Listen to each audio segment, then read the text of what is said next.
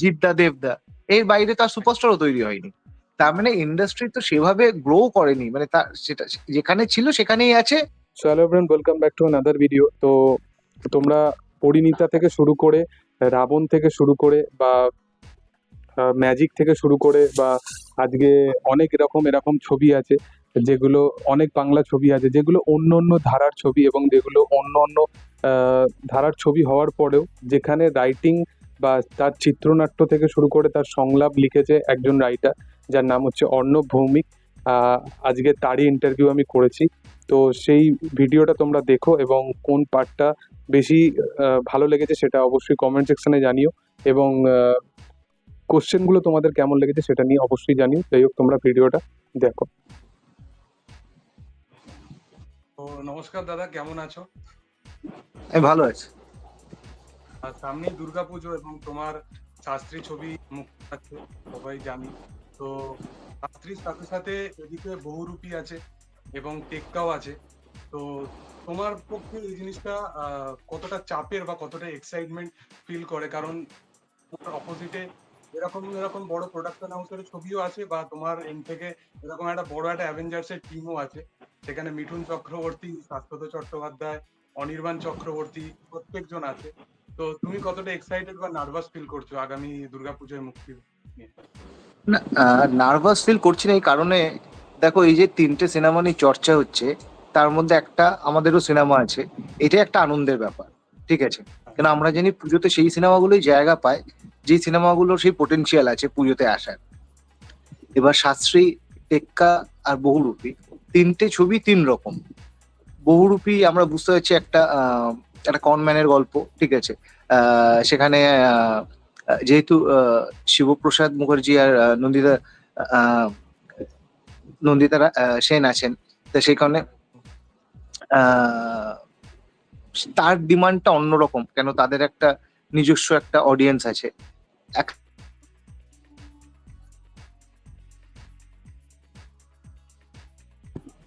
Sorry, আমি একটু অন্যমস্ক ছিলাম। হ্যাঁ, তার ডিমান্ডটা অন্যরকম।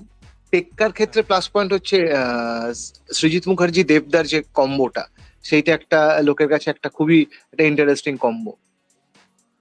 আর আমাদের ক্ষেত্রে যেটা সবচেয়ে বড়, আমাদের যেটা ইউএসপি সিনেমা, সেটা মিঠুন চক্রবর্তী ইটসেলফ। মিঠুন চক্রবর্তী আছেন, এবং সাথে আমাদের যদি স্টার কাস্ট দেখা যায়, সেটা কিন্তু একটা হিউজ, মানে আমাদের যতজন ভালো অভিনেতা আছে তারা প্রত্যেকে আমাদের সিনেমায় আছেন। তা এবার এটা কতটা চাপ, কতটা এক্সাইটমেন্ট, এটা আমার মনে হয় এক্সাইটমেন্টটা অনেক বেশি। কারণ এন্ড অফ দ্য ডে ভালো সিনেমা সেটাই চলবে যেটা দর্শকের পছন্দ হবে। কিন্তু হ্যাঁ, আমরা এটা দেখেছি পুজোতে সাধারণত সিনেমা চলে, আর সেখানে যদি ভালো সিনেমা হয় সেটা পুজোর পরেও লং রানে চলতে পারে। এবার দেখা যাক। তো শাস্ত্রীর কিছুদিন আগে ট্রেলারটা যখন আসে, তো শাস্ত্রীর ট্রেলারে এরকম অনেক রকমের সংলাপ দেখতে পাই, যেখানে ওই ওপর থেকে তাগের ওই ওই ওই পোর্শনটা থেকে শুরু করে তারপরে রবি শাস্ত্রীর ওই যে হোমেজটা, ওইগুলোকে খুব দারুণ ভাবে ইউজ করা হয়। তো বোঝা যাচ্ছে যে ছবির মধ্যে একটা কমেডিও থাকতে চলেছে, মানে একটা হিউমার চলেছে। তো এরকম ডায়লগ গুলো যেগুলো মিঠুন চক্রবর্তী দারুণ ভাবে ডেলিভার করতে পারে। তো তোমরা যখন এইটাকে লিখছিলে, তো এই ক্যারেক্টারটাকে, এই পরিমল শাস্ত্রীর ক্যারেক্টারটাকে কতটা কি মিঠুন মিঠুন চক্রবর্তীর কথা মাথায় রেখেই লিখছিলে? দেখো, যখন গল্পটা পরিমল সান্যাল, পরিমল শাস্ত্রী হচ্ছেন, তা পরিমল শাস্ত্রী। কমেডিটা মেন। পরিমল সান্যাল যখন ছিলেন তখন কমেডিটা বেশি আছে। পরিমল শাস্ত্রী যখন হয়ে যাচ্ছেন তখন তুমি ডায়লগ বাজিটা পাওয়া শুরু করবে, ঠিক আছে? তো ব্যাপারটা হচ্ছে মিঠুনদার দুটোতেই আহ মানে ওই জিনিসটা মিঠুনদার খুবই নখদর্পণের ব্যাপারটা। কমেডিটাও আমরা জানি মিঠুনদা, রিসেন্ট টাইমসে আমরা গোলমাল 3 দেখেছি, সেখানে অত বড় বড় অভিনেতা থাকা সত্ত্বেও রোহিত শেট্টির সিনেমায় সেখানে কিন্তু মিঠুনদাই পুরো খিটটা খেয়ে নিয়ে চলে যান, এবং মিঠুনদার পারফরমেন্সও সেরকম ছিল, মিঠুনদার মুখে সংলাপও সেই লেভেলের দেওয়া হয়েছিল। আমাদের এখানেও তাই, এখানে মিঠুনদার কমেডি প্রত্যেকের আশা করি ভালো লাগবে। শাশ্বতদাকে খুব ভালো লাগবে। অনির্বাণ দাকে, মানে কাকে ছেড়ে কাকে বলবো? হ্যাঁ, হ্যাঁ, শাশ্বতদার পোর্শন একটু কম ছিল ট্রেলারের মধ্যে। আশা সেটা হয়তো করবো যে ট্রেলারে কম ছিল, সিনেমায় হয়তো কম ছিল না। তো সেটা হয়তো দেখলে বুঝতে পারবে। আর যেটা দর্শক যেটা ওয়েট করে আছে, যখন পরিমল সান্যাল শাস্ত্রী হয়ে উঠবেন, তখন আমরা পুরোনো মেজাজে মিঠুন চক্রবর্তীকে দেখতে পাবো। তখন সেই ডায়লগ বাজি পাবো, তখন সেই মিঠুন চক্রবর্তী অরার, যেটা আমরা, যে জিনিসটা আমরা চিরকাল দেখে এসেছি, যে জিনিসটা দেখলে আমাদের একটা আনন্দ হয়, যে জিনিসটা একটা সিটিমার ব্যাপার থাকে, সেই জিনিসটা আমরা পরিমল শাস্ত্রীতে দেখতে পাবো। আর কিছুদিন ধরে মানে মিঠুন চক্রবর্তীর যদি লাস্ট কিছু ছবি ফলো করা যায়, তিনি খুব তার যে চয়েস অফ স্ক্রিপ্টিং গুলো খুবই মানে একদমই যেগুলো খুব ভালো কাজ, সেই রকম কাজই সে করছে। তো শাস্ত্রীর জন্য তার যে এই কাজটা সে যে রাজি হলো, তো এর যে শুরুটা এটা কিভাবে হলো যদি একটু বলো তাহলে ভালো হয়। না, আমি না এটা বিশ্বাস করি, এই যে ভালো কাজ বাজে কাজের মধ্যে না অভিনেতারও একটা হাত থাকে। আমরা যে জিনিসটা কথার কথা বলছি, ধরো আজকে যে কোনো একটা সিনেমা ধরি, ধরো আম, অগ্নিপথ।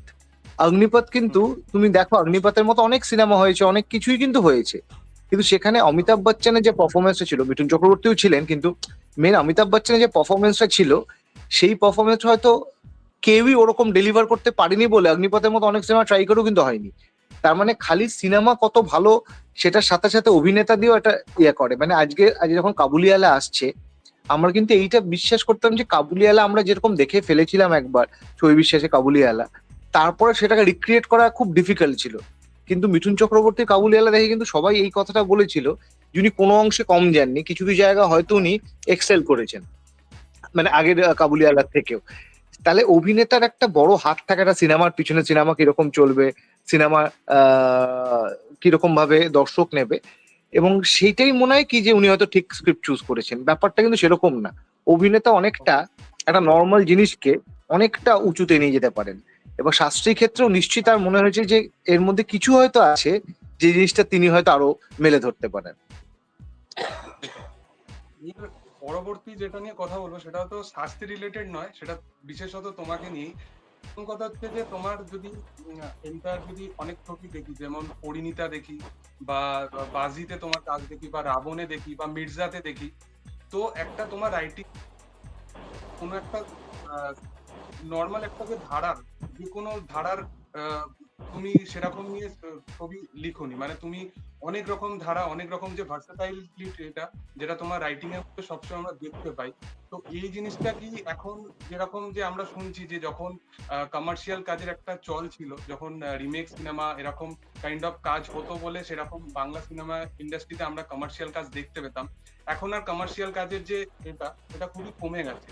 তো এর পিছনে রিজনটা কি রাইটিং এরই কিছুটা আছে, যে মানে রাইটার আর সেরকম ভাবে নেই, কারণ ওয়াইজ কমার্স একটু বাংলা ইন্ডাস্ট্রিতে কমে গেছে? খালি রাইটার বলেন, এখানে না অনেক কিছু ইনভলভ আছে আমার যেটা মনে হয়। প্রথম কথা হচ্ছে সাউথ বা অন্যান্য তুমি দেখবে মানে আমাদের সাথে বলিউডের কিছু মিল আছে, ঠিক আছে। এর কারণ হচ্ছে তুমি দেখবে আমাদের এখানে পলিটিক্স আসার পরেও কিন্তু অনেকটা কি হয়েছে, আমাদের কিন্তু যারা অনেক প্রচুর নায়ক নায়িকা যারা আছেন, যারা পলিটিক্সে যুক্ত হওয়ার আগে আমরা খুব পছন্দ করতাম, হয়তো পলিটিক্স করার পর থেকে আমরা কিছুটা হলেও তাদের সেই নজরে দেখি না। কারণ কি হয়, আমরা তো সব জিনিসকে আমি আলাদা করতে পারি না, আমাদের একটা স্বভাব আছে। সাউথে যেমন কি হয়, সাউথে আমরা দেখতে পাই যে তারা পলিটিক্সও করছে, তারা সিনেমাও করছে, এবং দুটোকে মানুষ দুভাবে দেয়, ঠিক আছে। এইখানে সেটার একটা প্রবলেম মনে হয়েছে আমার। 2 নম্বর আমার মনে হয়েছে এখানে এখন মানুষ এত ধরনের কন্টেন্ট দেখছে, এখানে রিমেক যে করব না, এই ডিসিশনটা নিতে নিতে এতদিন সময় লেগে গেছে, যে সেইটা করতে করতে না অনেক অডিয়েন্স হাত ছেড়ে চলে গেছে। হয় না, মানে ধরো তুমি বুঝে গেলে যে এই জিনিসটা ঠিক হচ্ছে না, এই জিনিসটা বন্ধ করতে হবে, এইটা তুমি ভেবেছো 2015 সালে, তো তুমি বন্ধ করেছো 2018 সালে এসে। এই 3 বছর তুমি প্রচুর দর্শক হারিয়ে ফেলেছো, ঠিক আছে। এবার হচ্ছে আমার যেটা মনে হয় না, অনেকেই দেখি আমি লেখেন যে রিমেকটা খুব কঠিন, রিমেকও ভেবে, এইটা আমার একদমই মনে হয় না। কারণ আমার একটা সিনেমার ক্ষেত্রে সবচেয়ে ইম্পর্টেন্ট যেটা মনে হয়, সেটা হচ্ছে স্ক্রিন প্লে, ঠিক আছে। স্ক্রিন প্লেতেই সবকিছু ইয়ে হয়। কেন না হলে কি হয়, আমরা প্রচুর সিনেমা কিন্তু সাবটাইটেলও দেখি, তাই আমরা ডায়লগ বুঝতে পারছি না, সাবটাইটেল অনুযায়ী দেখছি, কিন্তু সিনেমাটা আমাদের ভালো লাগছে কেন, স্ক্রিন প্লেটা আমাদের এমন ভাবে সাজানো আছে। সেক্ষেত্রে যখনই রিমেক হয়েছে, এবং আমি আগেও একটা বলেছিলাম, রিমেকের ক্ষেত্রে খুব কম, মানে একটা দুটো ছাড়া বাকি যা রিমেক হয়েছে তা ফ্রেম টু ফ্রেম রিমেক হয়েছে। সুপার হিট সিনেমা সব কটা, কিন্তু রিমেক হয়েছে ফ্রেম টু ফ্রেম। এবং রাইটার যারা ছিলেন তারা ডায়ালগ লিখে গেছেন, স্ক্রিন প্লে একই আছে। তুমি মানে অনেকেই হয়তো বলে থাকেন যে আমি এমন স্ক্রিন প্লে লিখেছি সেটা মানে নতুন করে তৈরি করেছি, এটা না। কিন্তু নতুন করে তৈরি করা মানে কি হয়, মানে তুমি বুঝতে পারবে, মানে ধরো দৃশ্যমের ক্ষেত্রে ধরো কিছু চেঞ্জেস করে তারা, ঠিক আছে, বা ধরো ভোলার ক্ষেত্রে কিছু চেঞ্জেস করে। আজ কিন্তু ভোলা ওয়ার্ক করেনি, তাও অন্যান্য রিমেকের থেকে ভালো চলেছে, কিন্তু সেই চেঞ্জেস গুলো বা ধরো রিমেক না এখন কিছুটা রিজেক্ট হয়ে গেছে, ঠিক আছে। মানে আজকে আমি বলছি মানে একটুখানি চেঞ্জেস আসে। হ্যাঁ হ্যাঁ অজয় দেবগনের যে রিমেক গুলো, সেগুলোতে হুম। একটু চেঞ্জেস রাখা থাকে। আমি এটা মানে তার যদি ফলো করে দেখা যায় যে ভোলার ক্ষেত্রে, দৃশ্যমের ক্ষেত্রে একটু না চেঞ্জেস রাখা সেইটা হয়। সেইটা কিন্তু কিছুটা খরচার জন্য করা হয়। হ্যাঁ, হ্যাঁ, তুমি দেখবে না, সেখানে ধরো কথার কথা একটা সিন শুট হচ্ছে এমন একটা জায়গায় যেটা রিক্রিয়েট করা টলিউডে সম্ভব না, মানে আমাদের বাংলা ইন্ডাস্ট্রি সম্ভব না, একদম। সেইটা ছোট করে লেখা হয়েছে। সেটা আমি বাজির ক্ষেত্রেও করেছি। বাজির ক্ষেত্রে একটা সিন ছিল, সেখানে রেস্টুরেন্টের সিন, সেখানে রেস্টুরেন্টে 2000 লোক ছিল নান্নাকু প্রেমাততে। আমরা যখন করেছিলাম 8 জন ছিল। তো অবভিয়াসলি সেটা রিক্রিয়েট করছি, কিন্তু সেই রিক্রিয়েটে সেই মজাটা চলে যাচ্ছে কেন? তুমি একটা মেলা দেখাচ্ছ, একটা মেলার মধ্যে একটা অ্যাকশন সিকোয়েন্স হচ্ছে, সেটা একটা ছাদের মধ্যে হচ্ছে, দুটোর মধ্যে পার্থক্য তো সেখানেই চলে এলো। আমার মনে হয় খরচা একটা ব্যাপার তো আছেই, কিন্তু আলাদা করে রিক্রিয়েট করা হয়েছে কোনো গল্প নিয়ে সেরকম আমার মনে হয়নি। মানে এমন হয়েছে যে কিছু সিনেমার হয়তো কিছু দৃশ্য, মানে আমি একটা সিনেমা দেখেছিলাম, প্রভাত রায়েরই সিনেমা, জিদ্দা অভিনয় করেছিলেন, যেখানে ওই আমাদের গজনির যে অরিজিনাল মানে ইয়েটার কিছুটা পোর্শন নেওয়া হয়েছিল, সঞ্জয় সিংহানিয়ার পোর্শনটুকু নেওয়া হয়েছিল, যেটা জিদ্দা করেছিল। আমার সিনেমাটা বোধহয় আমার ঠিক নামটা মনে আসছে না, যেখানে ওই সঞ্জয় সিংহানিয়ার নাম বিক্রি করে আসিন যে জিনিসটা করতো, সেই সেম জিনিসটা ছিল প্রভাত রায় একটা সিনেমা। তা তখন কি হতো, মানে কিছুটা পোর্শন হয়তো সেটা তুলে নেওয়া হয়েছিল। সেটা আমাদের ইয়েছে, মানে আমাদের আহ, আমাদের গজনির রিমেক কোনটা, গজনিরই অরিজিনাল গজনির যেটা, সেখান থেকে নেওয়া হয়েছিল। তা আমার হ্যাঁ, মনে হয় রাইটার তৈরি হয়নি বলে, রাইটার কোথাও তৈরি হয় না, এটা একটা প্র্যাকটিসের ব্যাপার। মানে তুমি আজকে একটা বাজে সিনেমা লিখলে, কিন্তু তুমি লিখতে পারো, ধীরে ধীরে ধীরে ধীরে এমন তুমি সিনেমা লেখা শুরু করবে যেটা লোকে দেখতে পছন্দ করবে, দেখতে বাধ্য হবে। এরকম অনেকেই আছেন, কিন্তু সেই সুযোগটা তাদের দেওয়া হয়নি। হ্যাঁ, সেইভাবে রাইটার তৈরি হয়নি বলতে কি হয়, তোমায় যদি একটা ইয়েতে বেঁধে দেওয়া হয় যে এক আর এক তোমার কাছে এসে এই দুটো দিয়ে তুমি যা করতে পারো সেটা করো, তুমি সেই অনুযায়ী কাজ করে গেছো। এবার এখানে তো একটা রাইটার কেন, একটারও তো তৈরি হয়নি। আজকে আমরা 2011 সালে বা 12 সালে যে দুজন সুপারস্টারকে চিনতাম, আজকের ডেটেও সেই দুজনই সুপারস্টার আছে, বা সেই তিনজনই সুপারস্টার আছে, প্রসেন চ্যাটার্জি, জিদ্দা, দেবদা। এর বাইরে তার সুপারস্টারও তৈরি হয়নি। তার মানে ইন্ডাস্ট্রি তো সেভাবে গ্রো করেনি, মানে তার সেটা যেখানে ছিল সেখানেই আছে। এবং আজকের ডেটেও আমরা যে সুপারস্টারদেরই কথা বলি, তাদের যে সিনেমাগুলো নিয়ে মেনলি আলোচনা করা হয়, সেটা কিন্তু টনিক বা ওষুধ না, সেটা কিন্তু ইদার ওয়ান্টেড, সেটা ইদার আওয়ারা, সেটা ইদার সাথী, চ্যালেঞ্জ, এই নিয়ে আলোচনা করা হয়। কারণ আমরা যে টাইমে এদের সুপারস্টার বানিয়েছি, সেই টাইমে রিমেক সিনেমাগুলোকে আমরা অত রিমেক ভাবে দেখতাম না, আমাদের সিনেমাটা ভালো লাগতো বলে আমরা দেখে যেতাম। এবং তখন এই জন্যই বলছি যে তখনকার দিনে যদি আমি রাইটার হিসেবে আসতাম, হয়তো আরো বেশি নাম হতো, কারণ তখন অনেক বেশি লোক দেখতো সিনেমা। এখন তো অনেক অডিয়েন্স কমে গেছে, অনেক স্কোপ কমে গেছে, টাকা পয়সা সেই হিসাবে নেই, সবকিছুতেই চলে এসছে। ওই কারণে রাইটার বলে না, আমার মনে হয় ইন্ডাস্ট্রিতে কেউই তো নেই, মানে কিছুই তো সেরকম নেই যে যেটা মানে মানে মার্কেবল কাজ করছে, মানে রিমার্কেবল কাজ করছে, সেরকম তো কিছুই নেই। এবার এই হচ্ছে ব্যাপার। রিসেন্ট টাইমে গতকালকে খাদানের একটা পোস্টার আছে, এবং খাদান পোস্টার আসার পর মানে খাদান আবার একটা কমার্শিয়াল কাজে আবার ফিরছে। তো সেইখানে তোমার কি মনে হয় যে কমার্শিয়াল মার্কেট তো অবশ্যই একটা ছবি দিয়ে তো চেঞ্জেস আসবে না, কিন্তু কিছুটা কি চেঞ্জেস আসতে পারে? তোমার কি কিছু মনে হয়? নিশ্চয়ই আসতে পারে, কিন্তু এই যে হাইপটা, এটা ফেসবুক ইউটিউব থেকে সরে এসে সিনেমা হলে যেতে হবে। সিনেমা হলে যতক্ষণ জিনিসটা রিটার্ন না আসবে, ফেসবুক ইউটিউবে কতটা হাইপ, কতটা ফ্যানমেড পোস্টার হচ্ছে, কতটা ফ্যানমেড ট্রেলার হচ্ছে, এইগুলো দিয়ে আলটিমেটলি সিনেমার ভাগ্য ইয়ে হয় না। আমার মনে হয় যে হাইপটা ফেসবুক ইউটিউবের থেকেও হলের বাইরে থাকা দরকার, এবং সেটা যদি অ্যাটলিস্ট 2 সপ্তাহ 2.5 সপ্তাহ থাকে, তাহলে কিন্তু আমাদের মনে হয় কমার্শিয়াল সিনেমা আবার ফিরে আসবে। তাই আহ খাদান বলে না, যে কোনো কমার্শিয়াল আজকে আবার দেবদা করতে পারে, আজকে আবার জিদ্দা করতে পারে। সেই সিনেমাগুলো যদি দর্শক হলে না যান, তাহলে আমার মনে হয় না যে মানে কমার্শিয়াল সিনেমা আর কামব্যাক করবে? কেন কমার্শিয়াল সিনেমা যদি দর্শক না হয়, আমার তো টাকাটাই উঠবে না। টাকা না উঠলে কেন লগ্নি করবে কোনো প্রডিউসার? ইভেন এখন কিছু কিছু সিনেমা যদি পুরনো যে সিনেমাগুলো যেগুলো কমার্শিয়ালি আমরা জানতাম সেই সিনেমাগুলোকে আবার রি রিলিজও করা হচ্ছে, তো সেগুলো কি অডিয়েন্সের ওয়ার্ক করতে পারে? এবার ব্যাপারটা হচ্ছে না, মানে আমার মনে হয় যে খুব কম সিনেমা আছে যেগুলো আমরা আবার হয়তো আহ, দেখতে হলে ভিড় করতে পারি। খুব কম সিনেমা আছে। আমি ধরো রিসেন্টলি আরএস স্টেডিয়াম বেরিয়েছিল, হ্যাঁ, আমি দেখেছি আরএস স্টেডিয়াম অনেকে দেখতে গেছিল, কারণ আরএস স্টেডিয়াম যখন এসেছিল তখন সিনেমা হলে খুব কম লোক দেখেছে। মানে আমাদের আমাদের বা আমাদের পরের জেনারেশন খুব কম লোক দেখেছে। আবার লায়লা মজনু এসেছিল বা তুম্বাদ এসেছিল, এই জিনিসগুলো অডিয়েন্স হয়তো হলে এক্সপিরিয়েন্সটা নেয়নি, সেই জন্য তারা গেছে।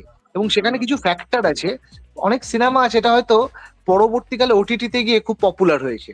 লায়লা মজনু সেরকম একটা সিনেমা। এটা দুটো কারণ, এক হচ্ছে ইমতিয়াজ আলী, দুই হচ্ছে তৃপ্তি দিমরি। কারণ তৃপ্তি দিমরি পরে পপুলার হয়েছে। তা লায়লা মজনু পরে যখন লোকে দেখতে গেছে, লায়লা মজনুর মধ্যে না ওই জব উই মেট, রকস্টার, ইমতিয়াজ আলী কিছু সিগনেচার আছে, সেই ব্যাপারগুলো লোকে খুঁজে পেয়েছে লায়লা মজনুর মধ্যে, রিলস দেখে বা ট্রেলার দেখে বা টিজার দেখে বা গান শুনে। সেইটা এক্সপিরিয়েন্সটা নেবার জন্য তারা হলে গেছে। কিন্তু এখন যদি হঠাৎ করে পুরোনো, মানে আমি বলছি একটা টাইম এরকম ছিল, আমিও কিন্তু আজনবী বলে একটা সিনেমা ছিল অক্ষয় কুমারের, ঠিক আছে, যেটা অক্ষয় কুমার, অজয় দেবগন, ববি দেওয়াল ছিল, সেটা একটা হলিউড ওয়াইফ সোয়াপিং এর বোধহয় রিমেক ছিল। কিন্তু তখন ওই যে বললাম না, রিমেক কোনটা কোনটা রিমেক না সেটা তো অত জানতাম না। সিনেমা মজা লাগতো, আব্বাস পাসাল সিনেমা করলে জানতাম টুইস্ট থাকবে, সেটার জন্য দেখতে যাওয়া ছিল। আমি মনে আছে সেটা আবার রি রিলিজ করেছিল, আমি সেটা হলে দেখতে গেছিলাম। এখন না সেই জিনিসটা কমে গেছে। আমি বলছি কোনো বাংলা সিনেমা, মানে তুমি বলো আমার মনে হয় কোনটা কোনটা হতো, ধরো আজকে দুই সাথী রিলিজ করে, আবার সাথী খুব কম সংখ্যক দর্শক সিনেমা হলে গিয়ে দেখেছে, মানে বলছি আমাদের জেনারেশনের। কারণ তখন কি আর বাংলা সিনেমা দেখার ওই চলটা ছিল না। আবার বলছি ধরো চিরদিনই তুমি যে আমার, প্রেম আমার, আমি এই কিছু কিছু সিনেমা আমার মনে হয় যদি আবার সিনেমা হলে আসে তাহলে দেখতে লোকে গেলেও যেতে পারে। তাছাড়া আমার মনে হয় না যে বাংলা পুরনো কোনো কমার্শিয়াল সিনেমা আছে যেটার এইরকম একটা মানে রিপিট ভ্যালু আছে যে আবার হলে রিলিজ হলে দর্শক আবার ছুটে যাবে। সেটা খুব কম সিনেমা, যে সিনেমাগুলো হয়তো লোকে আফসোস করেছে কেন আমরা হলে দেখতে পারিনি, সেটা রিমেক হোক, মৌলিক হোক, যাই হোক, সেই রকম সিনেমা হলে মনে হয় দর্শক আবার হলে যেতে পারে। আর নতুন সিনেমাই যাচ্ছে না, পুরোনো সিনেমা যাবে এটা এক্সপেক্ট করাও তো একটু মানে ডিফিকাল্ট না? আর রিসেন্ট টাইমেই সোহমদার যেহেতু প্রেম আহমারের কথা বললে, তো সোহমদার কথা মনে পড়লো। সোহমদার সাথে কাজ করার কি এক্সপিরিয়েন্স যদি একটু শেয়ার করো, কারণ সোহমদাকে এরকম সোহমদা একটা যে কজন আমি অভিনেতা অভিনেত্রীর সাথে কাজ করেছি, মানুষ হিসাবে আমার সবচেয়ে পছন্দের সোহমদা। এর কারণ তিনি যেভাবে মানুষের সাথে ব্যবহার করেন, দেখো আমরা কি মানুষকে তো জাজ করে ফেলি কোনো একটা একটা ঘটনার মাধ্যমে, রাইট? কিন্তু পরে বুঝতে পারি আমরা যে মানুষটা হয়তো এরকম না, ঠিক আছে। এবার এই মানুষটা না মানে কোনো মুখোশ পরে থাকে না, সামনে একটা অন্যরকম, আসলে মন থেকে অন্যরকম, এরকম না। খুবই একজন ভালো মানুষ। আমি পার্সোনালি খুবই ভালোভাবে চিনি। আমি তো সবাইকে চিনি, আমি না হলে হঠাৎ করে সোমদার কথা বলতাম না। সোমদা খুবই জেনুইন একজন মানুষ। এবং সত্যি বলি এই লোকটা তোমায় কাজ করে ভাল লাগবে। তুমি তো একটা কাজ করার সময় একটা সম্মান ডিজার্ভ করো। দেখো টাকা পয়সা এগুলো সব অন্য জায়গায়, একটা সম্মান তো তুমি একটা এক্সপেক্ট করো সামনের লোকটা থেকে। এবং সামনের লোকটা যেমন তুমি সম্মান দিচ্ছ, তুমিও তো সম্মানটা এক্সপেক্ট করবে। এইটা তুমি সোমদার থেকে পাবে বলে আমি মনে করি। আচ্ছা, আর মির্জা যে ছবিটা ছিল, অভিনেতা হিসেবে আমার মনে হয় আহ যেরকম কাজ সোহমদা ছোট থেকে করে এসছে, অভিনেতা হিসেবে মনে হয় কোনো কোয়েশ্চেন নেই তার প্রতি, যে তিনি কেমন অভিনেতা, কিরকম কাজ করেন, এটা আমরা জানি সবাই। সিনেমা অমিতাভ বচ্চনেরও চলেনি, ঠিক আছে। একটা এমন ফেজ আছে, ফেজ আসে, যেই ফেজে কারুর সিনেমা চলছে না। সুতরাং সিনেমা চলা না চলা দিয়ে অভিনেতা তো বিচার করা যায় না। কিন্তু আমার মনে হয় যে সোমদা নিশ্চয়ই ভালো পরপর কাজ আসছে। আশা করি সোমদা আবার যেরকম ভাবে আমরা সোমদাকে চিনি সেভাবেই সোমদা আবার ফিরে আসবে। আচ্ছা, রিসেন্ট টাইমেই তো মির্জা ছবিটা যখন কমার্শিয়ালি এলো এবং খুব ভালো অডিয়েন্সের কাছে মোটামুটি একটা ভালোই রেসপন্স পেয়েছিল, এবং মির্জা 2 এর যে লাস্টে একটা পোস্ট ক্রেডিট সিনও রেখে দিল যে মির্জা 2 আসছে। তো তোমাদের যখন সংলাপ বা ডায়লগ লেখা হয়, তো তখন কি দুটো পার্ট নিয়ে লেখা হয় নাকি একটা পার্ট যদি ওয়ার্ক করে তারপরেই তোমরা তারপরে কাজটা শুরু একদমই করো? তাই। এইখানে তুমি বলো না এখানে কোনো সিনেমা এরকম বানানো সম্ভব যেটা আমি দুটো পার্ট মানে টেকনিক্যালি একটা 4 ঘন্টা বা 5 ঘন্টা সিনেমা, ঠিক আছে, এবং সেখানে গল্প ভেবে রাখা, এবং এটা একটু হলো ডিফিকাল্ট কেন, আজকে কমার্শিয়াল সিনেমা আদৌ চলবে কি চলবে না, হলে লোক যাবে কি যাবে না, এইটা না ভেবে আবার একটা গল্প লিখে রাখা, এবং তারপরে মানে ধরো আমরা যখন একটা এন্ড স্ক্রোলে একজন কাউকে দেখাচ্ছি, তাকে নিয়েই তো ভাবতে হবে আমার জিনিসটা, সেই প্ল্যানিং গুলো অত আগের থেকে করে রাখা ডিফিকাল্ট। সিনেমা যখনই চলে না, আমার মনে হয় সেটা প্রথম 3-4 দিনে বোঝায় সিনেমা কিরকম চলতে পারে। ইনিশিয়াল যদি সিনেমা সেই পজিটিভ ভাইবস থাকে যে হ্যাঁ সিনেমা চলবেই, আমার মনে হয় 3-4 দিন পর থেকেই মানুষ বসে যাবে সেই সিনেমার সেকেন্ড পার্ট নিয়ে, যদি সেই ইয়ে থাকে। বাংলায় সেটা ডিফিকাল্ট, দুটো পার্ট মিলিয়ে একটা সিনেমা কেউ লিখে নিয়ে আসছে, হয়তো একটা মাথায় কনসেপ্ট থাকতে পারে যে এটা যদি এরকম ভাবে শেষ হয় এইভাবে করব, কিন্তু একদম বাহুবলীর মতো পার্ট 1 এটা হবে, পার্ট 2 এটা হবে, এইটা বাংলায় পসিবল না। পসিবল না মানে হয়তো অনেকেই হয়তো শুনবে যে আমি লিখেছি দাদা, আমি 4টে সিনেমা মানে 4টে পার্টের একটা মানে 4টে সিকুয়েল করে আমি একটা সিনেমা লিখে ফেলেছি দাদা, এরকম অনেকেই আমার কমেন্টে লেখে যে আমার কমার্শিয়াল সিনেমা লেখা হয়ে গেছে দাদা দুটো পার্টে। এইগুলো তো মানে বলার কথা, আসল মানে ব্যাপারটা ফিজিবল না অত। আর একটা দাদা লাস্ট কোশ্চেন, সেটা হচ্ছে যে অরিত্রদার সাথে কাজ করে কিরকম এক্সপিরিয়েন্স হলো? কারণ অরিত্রদা আমাদের সবারই একটা ইন্সপিরেশন বলতে, আমাদের এই রিভিউ কমিউনিটি থেকে শুরু করে সবারই একটা। তো সেটা যদি একটু এক্সপিরিয়েন্সটা শেয়ার করো তাহলে। দেখো প্রথম কথা হচ্ছে অরিত্রর সাথে আমার কাজ করে আমি কি হয় ওরকম ভাবে তো দেখিনি। যখন প্রথম রিভিউ হতো বা রিভিউ করতো তারা, সেখানে সমালোচনা, নেগেটিভিটি, এই জিনিসগুলো থাকতোই সব সময়, ঠিক আছে। ইনিশিয়াল তো খারাপ লাগতো, কিন্তু তারপর যখন দেখলাম যে আলটিমেটলি এই যে রিভিউ বা এই জিনিসগুলো সত্যি কিন্তু কাজ পাওয়া না পাওয়াতে ডিপেন্ড করে না, মানে তুমি আমার খারাপ রিভিউ দিলে মানে কালকে তো আমি কাজ পাবো না সেটা না। এবার ধীরে ধীরে কি হয়, আহ, আমিও যখন মানে যারা যখন ইউটিউবার আমার স্টাডি করছে, আমিও যখন আমি দেখছি তারাও কিন্তু প্রত্যেকে একটা সিনেমা বানাতে চায়। মানে এখানে কেউ এইটা ভেবে আসেনি যে আমার কেরিয়ারটা ইউটিউবার হিসেবেই, রিভিউয়ার হিসেবে আমি চিরকাল কাজ করব। এটা কিন্তু কেউ না, মানে যারাই কাজ করে, মানে আমি কেউ না বলে হয়তো 2-1 জন জানি না, আমি ম্যাক্সিমাম তাদের মনে মনে কোথাও না কোথাও ফিল্ম ইন্ডাস্ট্রিতে ঢোকার ইচ্ছা আছে, ইদার সেটা রাইটার হিসেবে, ইদার সেটা অভিনেতা হিসেবে, ইদার সেটা পরিচালক হিসেবে, যে কোনো হিসাবে। এবং সেখানে কি হচ্ছে, অরিত্রর সাথে আমার আগে অনেক দিন কথা হতো, মাঝে মাঝে গল্প নিয়ে এই নিয়ে। এবার দেখো কি হয়, আমি যেহেতু একজন রাইটার, আমিও তো স্ট্রাগল করেছি ইনিশিয়ালি, ঠিক আছে। আমি কারুর গল্প নিয়ে ছুটছি, সেই জিনিসটা ইনিশিয়ালি আমার পক্ষে পসিবল হতো না। সে কারণে কি হতো, যদি জয়েন্টলি কোনো কাজ করতে পারি, এই কাজ করতে পারি, এই হিসাবে যখন হঠাৎ সুযোগটা আসে, হ্যাঁ তখন কাজ করতে কোনো অসুবিধা হয়নি। তখন একটা কি হয়েছে, আজকে ধরো আমার আমার সম্পর্কে ওর যেটা একটা মানে ধারণা ছিল, হ্যাঁ, বা আমার ওর সম্পর্কে যে ধারণা ছিল, সামনাসামনি বসলে কিছু তো সেটা কেটে যায়, মানে কিছু তো একটা আইডিয়া পাওয়া যায় যে এই মানুষটা কেমন আছে, এই মানুষটার লেখার ক্ষমতা কতটা, যে এই মানুষটা একদমই লিখতে পারে না, কি করে এত সিনেমা লিখছে, এই সব ধারণাগুলো দুদিনে আমার মনে হয় কেটে যায় যখনই তোমরা একসাথে লিখতে শুরু করছো। সেটাই হয়েছে, যখন এক্সারসাইজ করতে গেছি আমি ওর পজিটিভ দিকগুলো বুঝতে পেরেছি, ওর দুর্বল দিকগুলো বুঝতে পেরেছি, সেম ও আমার দুর্বল দিকগুলো হয়তো লেখার জানতো, কিন্তু আমার স্ট্রং দিকগুলো হয়তো সামনে বসে বুঝতে পেরেছে। এইভাবে 6 মাস কাজ করে একটা স্ক্রিপ্ট হয়ে আজকে সেটা পুজোতে আসছে। যাই হোক দাদা, এত ব্যস্ততার মাঝেও সময় দেওয়ার জন্য অসংখ্য না ধন্যবাদ। না, দেখো সাধারণত আমি কি হয়, আমি কাউকে ইন্টারভিউতে না করি না কেন, মানে প্রথম কথা আমি নতুন যারাই কাজ করে না, আমিও তো নতুন, মানে আমার অনেকেই ভাবে আমি হয়তো অনেক সিনেমা লিখে ফেলেছি, কিন্তু আমি কাজ করছি 3-4 বছরই, যেহেতু রাইটার কম তাই এত সুযোগ পেয়েছি আমি লেখার। এবং সেখানে কি হয়, এই সুযোগ ব্যাপারটা যেহেতু আমি পেয়েছি, আমি হয়তো কাউকে ইন্টারভিউ দিতে কোনো সময় মানে একবারেই আমি হ্যাঁ বলে দিই, কারণ এই ব্যাপারটা মনে হয় তোমাদের হয়তো এইটুকু পেলে হয়তো তোমাদেরও একটা প্লাস পয়েন্ট, তুমিও হয়তো একটা জিনিস প্ল্যান করা সেটা দিয়ে এগোতে পারবে। এবং আমার ক্ষেত্রে কি, আমি যে কথাগুলো বলতে চাই তোমার চ্যানেলের মাধ্যমে সে কথাগুলো দর্শক জানতে পারবে, এটাই মানে পুরোটাই give and take. Thank you দাদা, ভালো থেকো। আর থ্যাংক ইউ, তুমিও ভালো থেকো। শুভকামনা রইল। Thank you, thank you.